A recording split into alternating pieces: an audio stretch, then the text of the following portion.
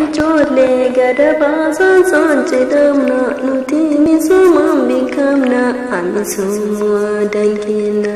Ijole gadaba son son chidamna nuti misuma bikamna amisuma dankina.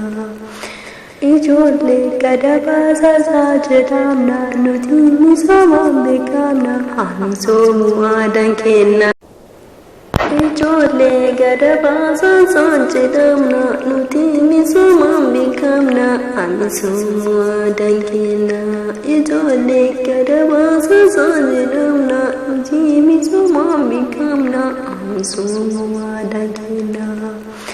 Ijole gadaba son son chidamna nuti misuma bikamna amisuma dankina. Ijole gadaba son son chidamna nuti misuma bikamna amisuma dankina. Ijole